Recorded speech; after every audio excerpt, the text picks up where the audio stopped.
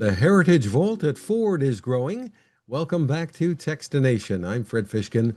Joining us from Ford is Archives and Heritage Brand Manager Ted Ryan. Hi, Ted. Great to see you again. Great to see you again, Fred. The vault is growing. I love that. So this little seed that we planted 3 years ago is now sprouted, and there's more than 20,000 items in it, and we've added a bunch of new content that we're unveiling in time for Ford's anniversary. So it's exciting to talk about.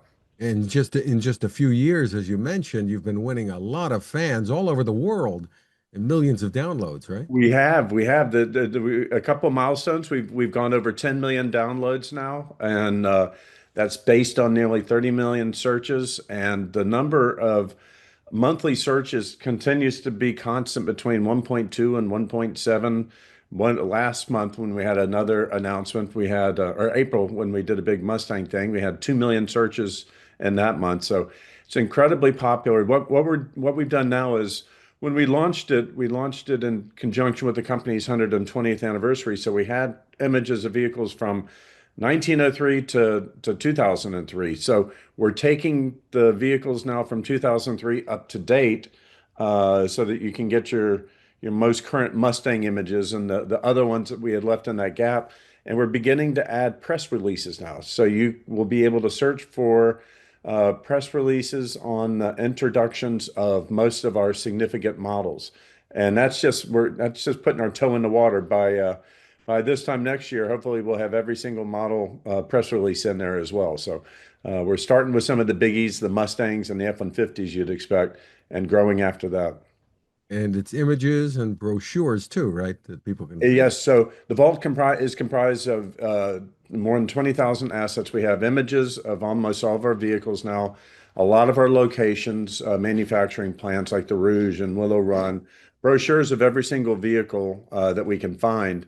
And now we have the Ford Times in there, which has been incredibly popular, and now adding press releases. The other big one, and for a techie like yourself, we finally have a proper search. We have an and search.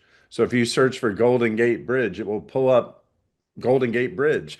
It used to look for Golden and Gate and Bridge, so you might get thousands of false hits. So now the search is better, and the vault is growing in every way. Amazing. So tell us about the process, the work that goes into bringing all of this content to the public. It's a lot of work, and I got to give the credit to my team. I've got a team of six that every single day we work and we scan, we digitize, we then to get a press release into the system is so much work because we have to identify keywords. So basically, a human being reads that press release and identifies, oh, Mustang, oh, special vehicles, oh, 5 liter, whatever. So all of the terms, all of the tags that get added have to be added by a human being.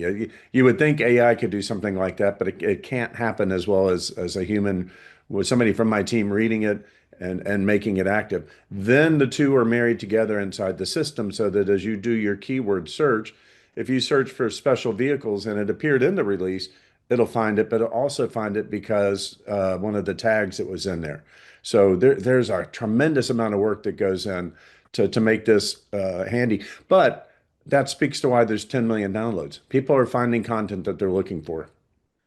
And so you've got content up to what, 2024, did you say now? We took it up to 2020 because the media site has most of the most current content. So you some of the vehicles we're still working on. Like if you're looking for an Escape, I don't think we've taken that one current, but the biggies, the Mustangs, the F-150s, the Explorer, those we've taken up to current or up to 2020, but then you can find the most current on the media site. But we also have a plan in place now that the information from the media site on a yearly basis will get dumped into the vault so that we will be able to keep that media site alive as well. So it's going to be an ongoing process. No rest for the weary, I guess. No rest for the weary. If I'm a betting man, we're at 20,000 now, 3 years in. I'm guessing that this time next year, when we talk, we'll be at 25,000 assets, and we've got a couple of other tricks up our sleeves on things that we'll be able to add in the future. We're hoping to get video in there, and we're hoping to get audio in there in the future as well.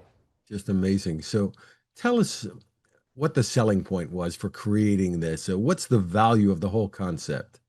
The selling point, and we're one of the only OEMs that does this, one of the only auto manufacturers that does this, was my selling point to management was in a site that the media or a student writing a paper on the Mustang could be able to find images and brochures and information without having to rely on Wikipedia.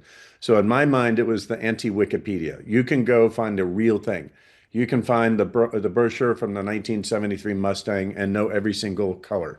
If you're doing a student writing a report, uh, can download and can get the accurate information.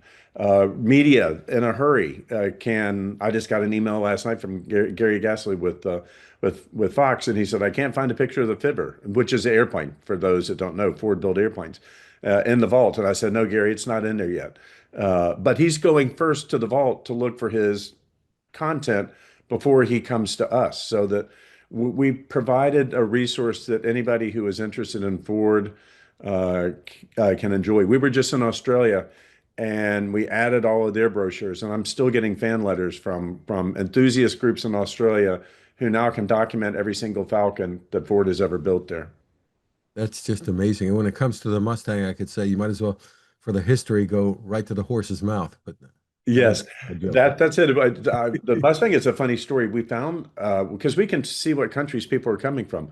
We had a tremendous amount of downloads from Croatia, and I did a little bit of research, some Googling, and a Mustang club in Croatia discovered the vault, and they all began downloading the brochures and sharing them amongst themselves.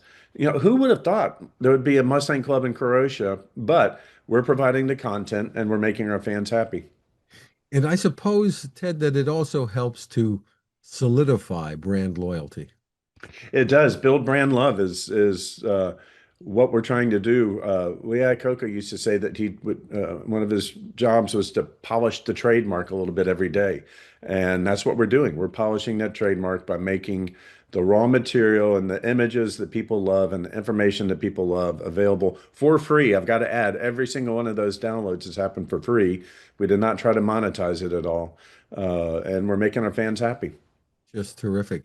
Is there a race going on in popularity? Which cars are getting downloaded the most? You know what's funny is that interviews like this drive traffic. I think you and I spoke a couple of months ago about the police interceptor and the police packages.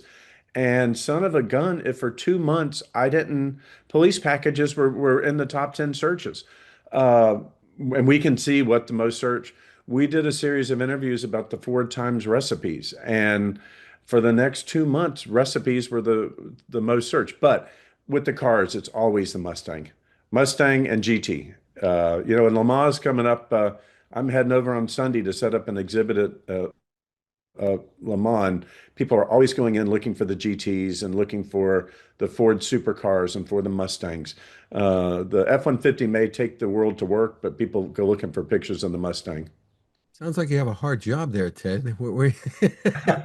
I've got the best job in the world. I make no bones about it. I love my job. It's great. I get to tell stories about different vehicles.